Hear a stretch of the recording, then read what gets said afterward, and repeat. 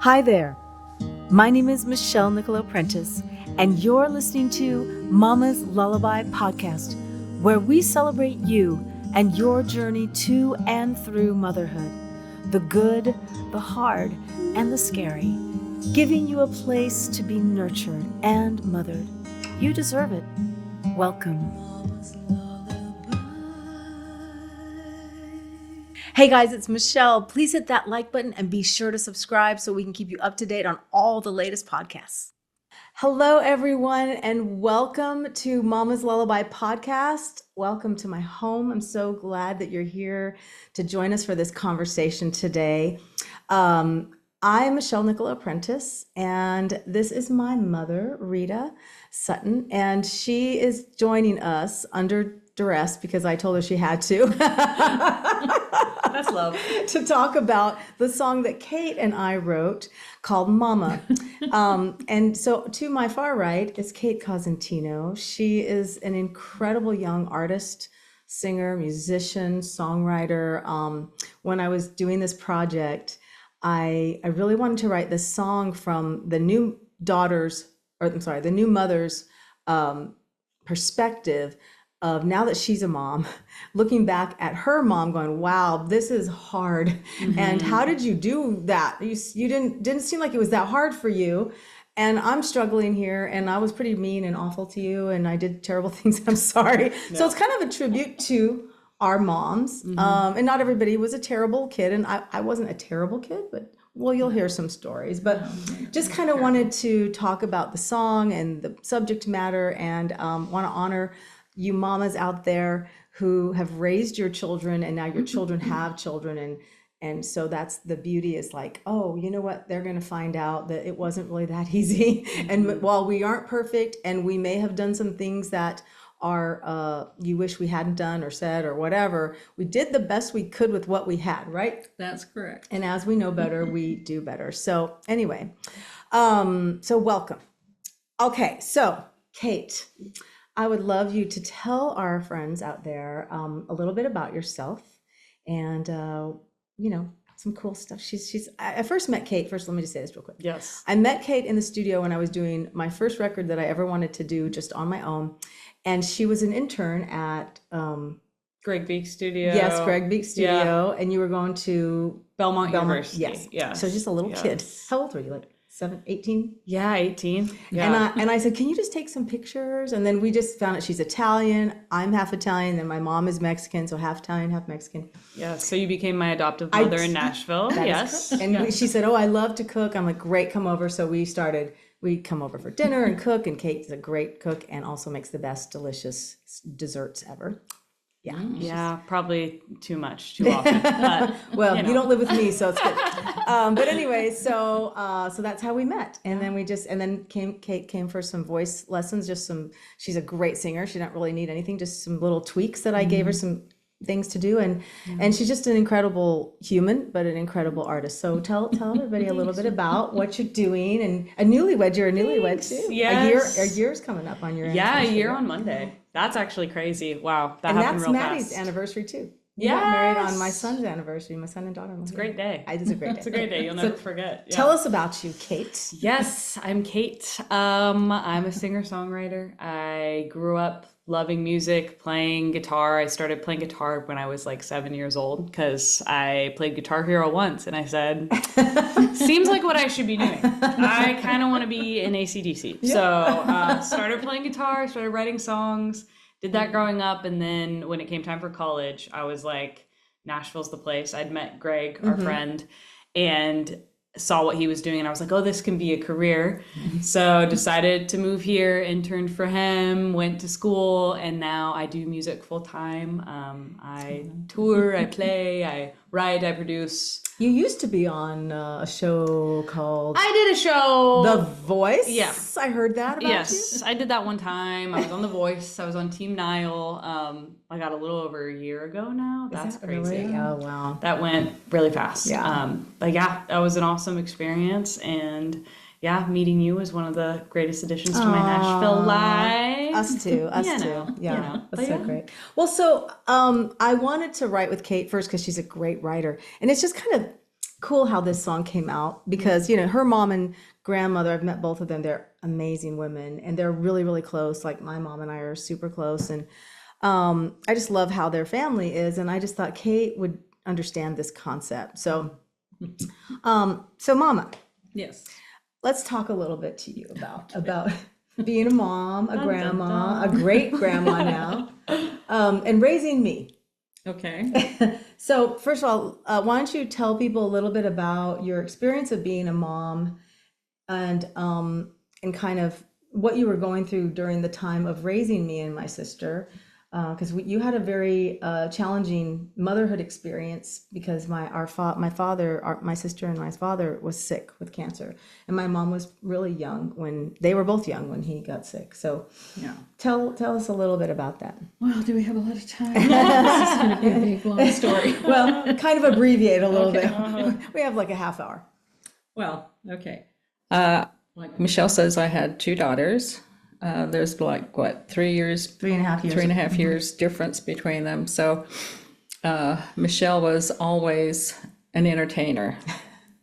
I can remember when she was like 2-3 years old, she would entertain us every night after work. She'd be waiting for us to get home and so she could show us what she was doing for that day.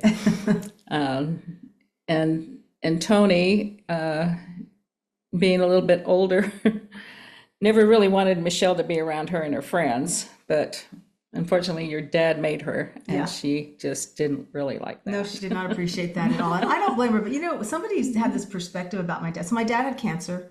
He was diagnosed when I was probably like 2 or 3, right? Because you had my parents had an Italian restaurant called Mama Nicolo's.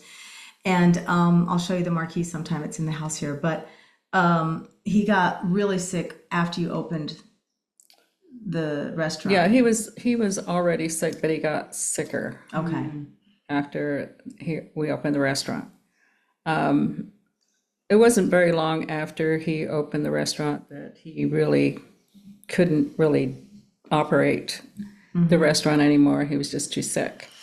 Right. And the people that were involved in it didn't want to do it as well. And unfortunately, it just went by the wayside and nothing was really done about it. So I was like 3 and Yes. Tony was like 6 or something, almost 7. Yeah, almost So 7. you had to go to work. And Right. so- Well, I worked. I've always worked. right. But But once he wasn't able to do that anymore, then I went back to work full time, and I guess our roles kind of changed. He became more of the mother figure. I became more of the father figure. Right. I worked. He stayed home, took care of you girls, right. until it got really bad, where he couldn't really take care of you, and he asked me to take a month off from work and stay with him. He felt like if he just had that month, he would get stronger and he would be a lot better. But that was like 7 years down the road. Right. So like when I was 3, they were building this, we had our restaurant. I remember like being in that restaurant. It was in an alley and literally it was just 2 sides of 2 tops because it was just an alleyway. And then he built like a stage because you guys love music. Right. And they had a live band and that's what made me want to sing. I remember you taking your dad by the hand and walking to the very edge of the stair that went down. And you said, one day I'm going to be on that stage. I'm going to be singing on that stage. Yeah. And she never forgot it. Yeah. And then I did. Yeah. Now, not that stage, but No. yeah. She got involved with a group of kids in the neighborhood that sang. And let's see, how old were you? Maybe about 8 about that Oh, time? no. I was like 5. Well, I know, but once that part Once of it I was had, over. so I was called Small World Entertainers, and it was a little group of kids.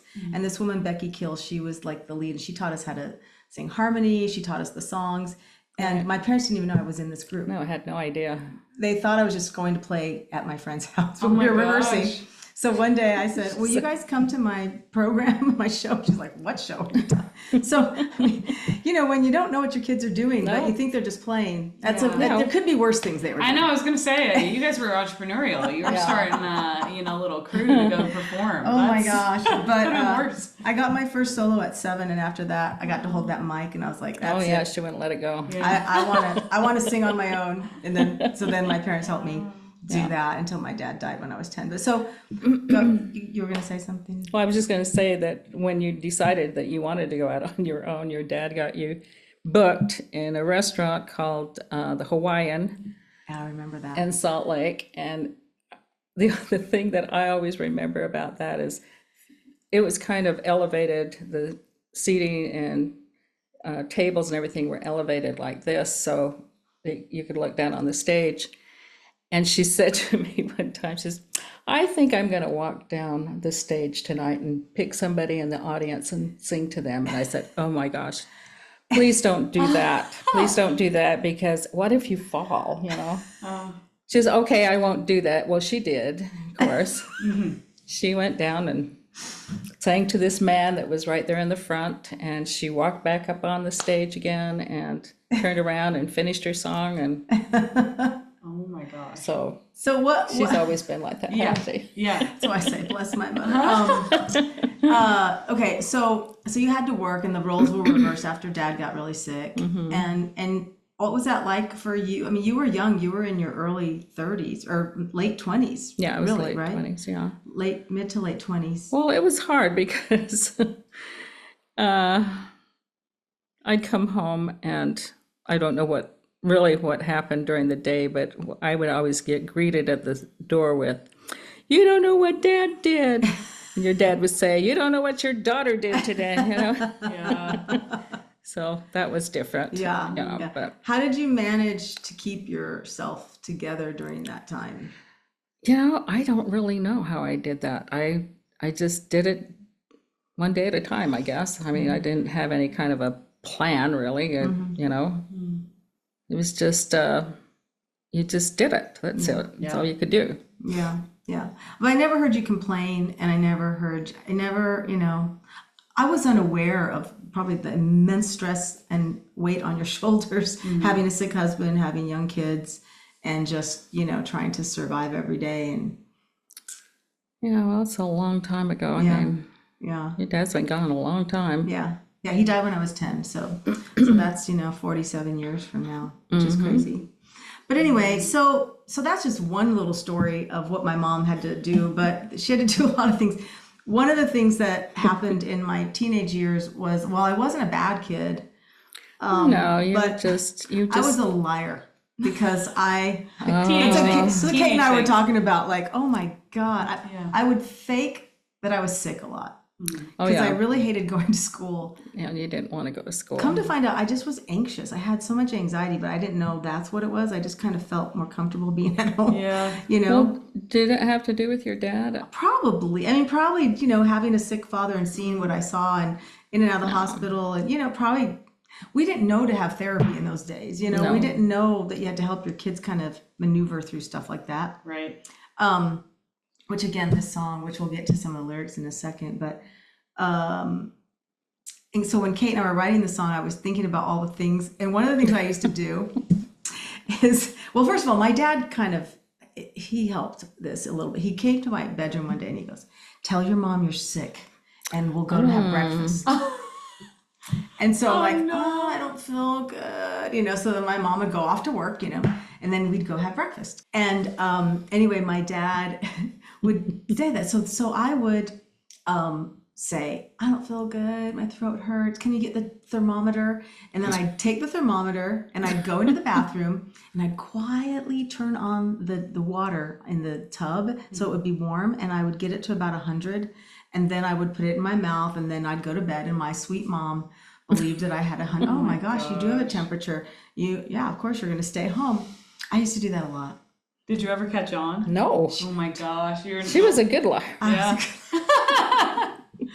Oh, forgive me. So yes, when we were talking about, and you in the lyrics, you were talking about, like when you get in the car and you just didn't want to talk to her, like, Yeah. Oh yeah. Oh yeah. It's just a thing of like, I don't know what it is about the person who loves you the most, your mom being like, "How was your day? I want to hear everything." And you're just like, I just don't, mom. I don't know why. I know, It's like, it's- and now I can't go a day without calling her 50 times to tell her, like, oh, I just picked up groceries. I just, like, stupid things. She's like, probably stop calling She's me. like, good, honey. I'm really glad I got stuff to do. Okay. Exactly that. But like, there's something about, I don't know, that era of being a teenager or like just not wanting to get into all the details because your mom will have a bunch of questions and I'm like, No. she just cares about knowing about my life, Yeah. but I'm like, Yeah. meh. Yeah. Yeah. It's kind of an worst. annoyance. I don't think you ever really did that. I will say this about my mom. She really didn't like have a lot of opinions about things. Like I have so many opinions. My poor kids. Like God, I'm sorry. I was too crazy about everything that was going on. Yeah. You're I don't busy. think, yeah, I mean, there was work, there was home. I remember your dad wanting me to cook 9-course meals and when he was well, and there's just a lot going on. Yeah. I don't know how you did it. Honestly, I don't know. You how just you did do it. That's Yeah. all. You Yeah. just do it. But that's part of what, Mama's Lullaby I want to bring to the forefront is what happens is when you just keep doing it and you just keep doing it, then eventually you start to feel sick and not so good. And you start having some physical problems, So after my dad died, I think you had hives for like a year. Oh, yeah, Yeah. that's horrible. For not being able to like express yourself in the way that you probably needed to. Well, I had a lot of anger too, Yeah, as yeah. well. So, Yeah. yeah. There all was of a that. lot of trauma around my dad's family and my mom, and unfortunately, sometimes Italians can be a little over the top emotional. I don't know if you've ever noticed that, but in my family Maybe a anyway, little. it can be kind of over the top. But so my mom put up with a lot of hurtful things in that family, and they did the best they could. Here's the deal: we're all working perfectly from our programming, right? Sure. It's just how we are. We're raised a certain way, like. But anyway, all to say, she's my hero because I don't know. So then when I started having kids, so I was a teen mom. So let's just go there. So I come home and I tell my mom, I'm going to tell you some really intimate stuff here because I just really want to be very, very transparent with you guys because this is life. When I was 14, I got pregnant. And, my dad had died when I was 10. I think I just really, we were all sort of spinning in a lot of directions. And I was working professionally and I was around older people all the time. All my friends were 10 years older than me at least. Yep. And I got involved with this guy who ended up being my first husband and the father of my 2 children. But anyway, I did get pregnant. And that coming home and telling you that was just, I can't imagine on top of all the other stuff. And I did not have that baby, obviously. So that's a whole other thing that we have to deal with. But you were so kind to me, even though you could have strangled me, I'm sure, and strangled the guy.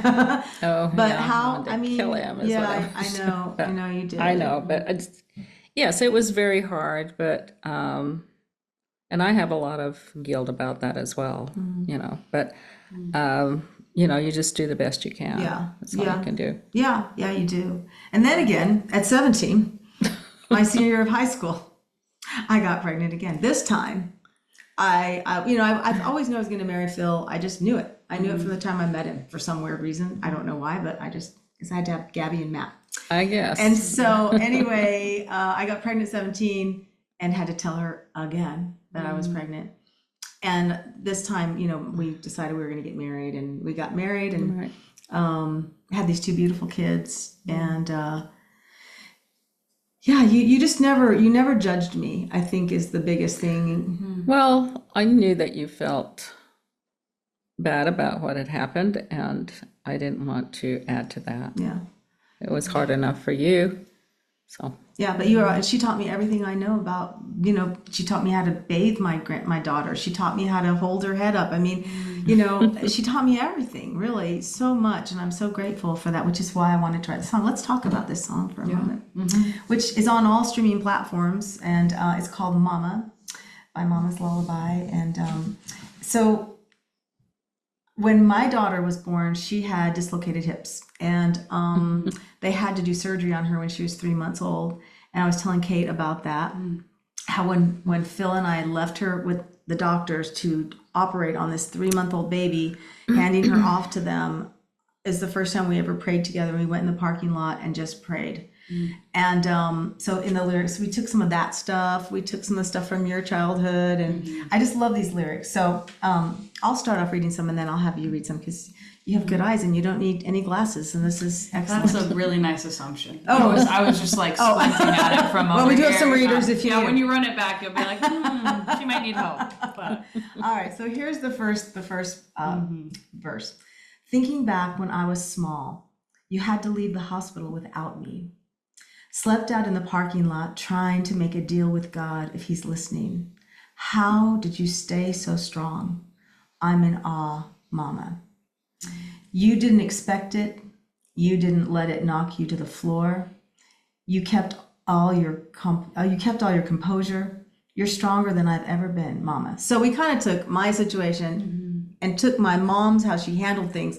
I don't know that I was so strong. I don't know that I handled it so well, but that's kind of what I thought about, is like how she handles difficult situations. You know, I never saw her. I stuff them. Well, she does stuff them. I stuff them. Yes, That's what I you do. which is not always great either. But we just do the best we can, and then as we know better, we do better. I want you to read the second verse. absolutely.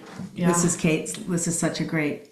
Oh, right after on Sundays. I love it. Yes. So on Sundays, I would scream at you. You made me wear those shoes you knew I hated.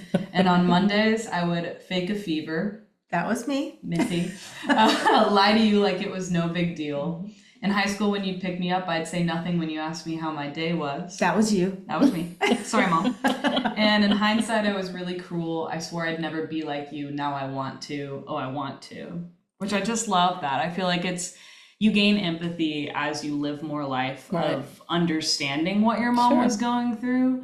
But there's these blinders on when you're a kid where you're just like, mom is not a person. Mom is a mom. And that's like its own separate entity. It's so true. Yeah, it's so true. You sort of never think about their feelings. No, because it's all about you. Yes, it is. No, exactly. We're little narcissists walking around, basically. Yes, 100%. Until you become a mom, or you become aware as you get older. Yes. And then you're like, wow. So that was kind of the whole thing. Like, I just like, how did she went through so much on so many levels and so many different situations. And we all went through stuff, but I will say, like, you never, even when, I was dating Mark and we moved here and I took all the kids from you and didn't think twice about how that would affect you. Like, you never said anything to me. It was like, terrible. You never said anything. I'm so sorry now that I have a granddaughter. I'm like, oh my God. And my grandson, he just moved away. So I have to deal with that, but they have to live their lives. I had to live my life, but I didn't think about like how hard that was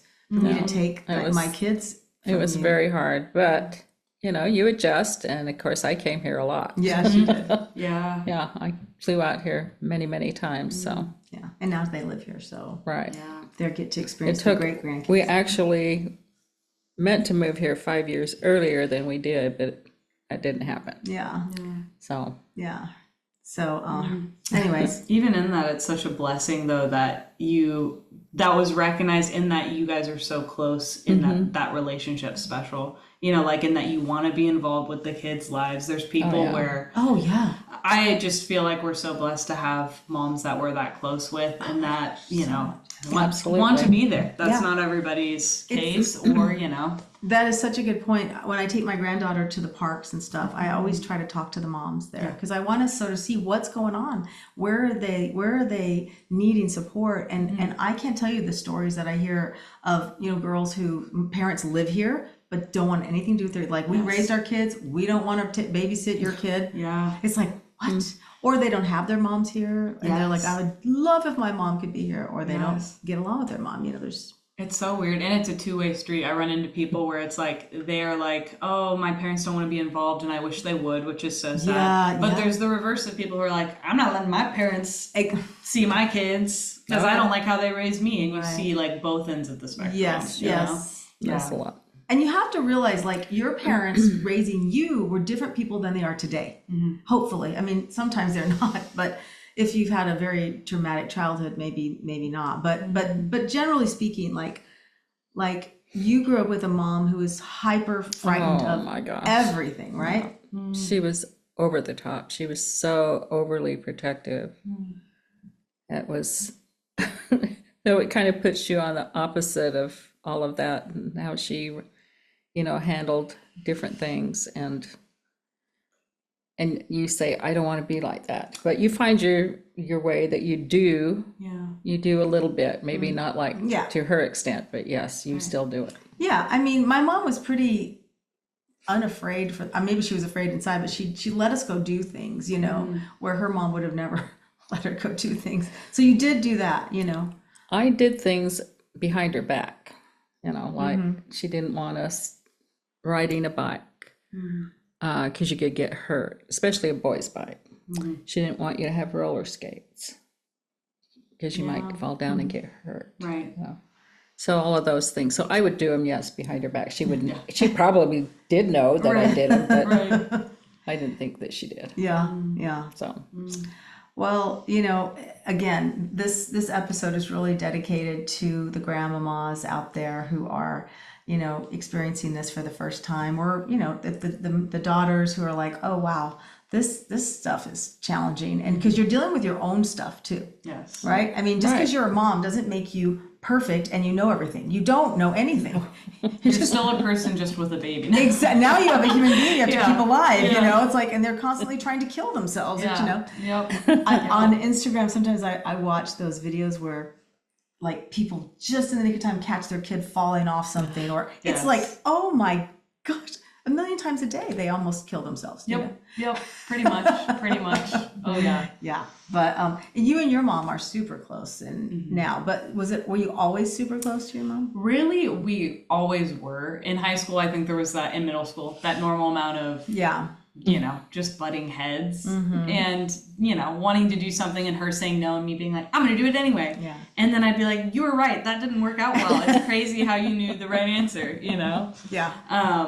So yeah, I mean, I feel like it's a rare case where we've always been close, and I've always had like a bit of empathy for, like, I don't know, she's my best friend, and so That's so great. I was born with some weird old soul that got that. But even then, it's like, the people you love the most, you will butt the heads with the most, of course, because they'll still love you. Now your grandmother's super close to you as well, and your mom's super close to her, right? Yes. So yes. Was that helpful? Because I think we're missing. Well, I'm so thankful that my mom is here for my grandchildren as well. Yes. And she's, that's a massive it's so blessing. amazing, that they have so much fun together. They are My such granddaughter characters. and her have so much fun together, and but we don't have that generational living very much anymore, and that's really a valuable thing. Absolutely. Well, it's funny because I don't know, one thing I admire, especially being Italian, is I feel like my grandma and my great grandma were pretty unfiltered in getting the life advice of like, oh, like my grandma also went through being, a teen pregnancy and like having the backlash of the reactions of her family, and hearing, her talk about those things and taking lessons from her life. It's just. And she talked about it though, huh? Yes. Because in our family, there's a lot of secrets. Oh, yes. We don't lots of like secrets. talk about things, There's that too. There's like this shame or this, because I'm the adult, I shouldn't, say these things, especially things you're embarrassed of or not proud of. Right, yeah. But being able to, especially later in life, have those conversations, that's a conversation we've been able to have as adults, not so much as kids. Right. And it gives you that, I don't know, it's just helpful. Yeah. And to know, like, even how you were saying your husband was like, could you cook me this fabulous meal? My grandma, when I FaceTimed Bennett one time, my husband, and he was cooking for himself, and my grandma goes, oh, you gotta hold on to him. He can cook for himself. And I said, are you okay? Do I need to go over there and tell Popo to make himself a sandwich? But it's those little things where I'm like, you survive a lot of the things in life because your mom's been there. Yeah. Dealing with marriage, dealing with work, dealing with life and other people, Yeah. it's Oh, the yeah. best blessing. They've been, she's been around the block a little longer than I have, Yeah. so I trust what she has to say. That's good. Yeah. Right. That's good. And yeah, so did you want to say anything else, Mama? No. Okay. I mean, we could go on forever, but we only have, a certain amount of time. My husband's like, okay, time to cut it here. But anyway, I hope that this has been somewhat helpful. I hope you have felt supported. We want to support you. We want to honor your journey to motherhood, however you came to it. It doesn't matter to us. You're a mama. You deserve to be honored and loved and appreciated. And we don't always do that for ourselves, so we got to do it for each other. And I really want to encourage all the moms out there to take care of yourself. You are worth it, you deserve it, and you need to take time for yourself. And I know it's hard when you're a new mom, as you never really had time to take care of yourself. So we're trying to take care of her now.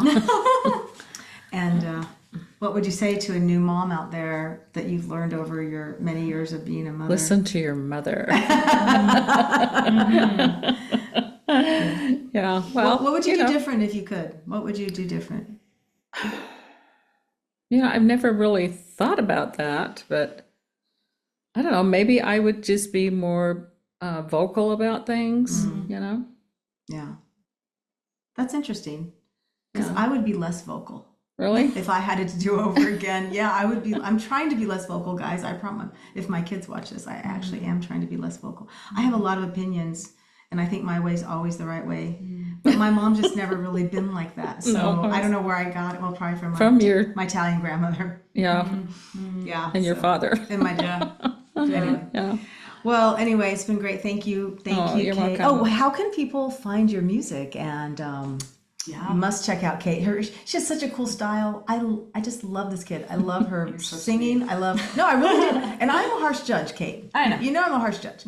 Where can people find you and follow you? And Yes, you can find me at Kate Cosentino, which is a very long, I'm sure it will be spelled somewhere. it will be Italian spelled last name. underneath the watch. Well, actually, if they're listening to this, If spell you're it out. listening, it's Kate. That's Kate Cosentino. Cosentino. Anywhere, Instagram, YouTube, Spotify. I'm on all the things. And she's really funny. She does really funny videos. I love your videos. I'm goofy. Yeah, I'll say it. I love I'll be it. the first to admit. I Yes. love your goofiness, because so am I. Please like and share this podcast if you like it. Subscribe, please, so you can stay in touch with us and we can let you know all the new things that are coming out. Check out mamaslullaby.com. We have merch. This is one of the things we're going to be getting a lot more, and look at these cute mugs. I don't know. We have all kinds of stuff, but we're just so happy that you came today. I hope that you got something really good and helpful out of this. And if nothing else, we're just giving you a big virtual hug and telling you you're doing a great job. Keep up the good work. And until the next time, God bless you. We'll see you on the next Mama's Lullaby podcast. Bye. Thinking back when I was small, you had to leave the hospital without me. Slept out in the parking lot, trying to make a deal with God if He's listening. How did you stay strong? I'm in awe, Mama. You didn't expect it. You didn't let it knock you to the floor. You kept all your composure. You're stronger than I've ever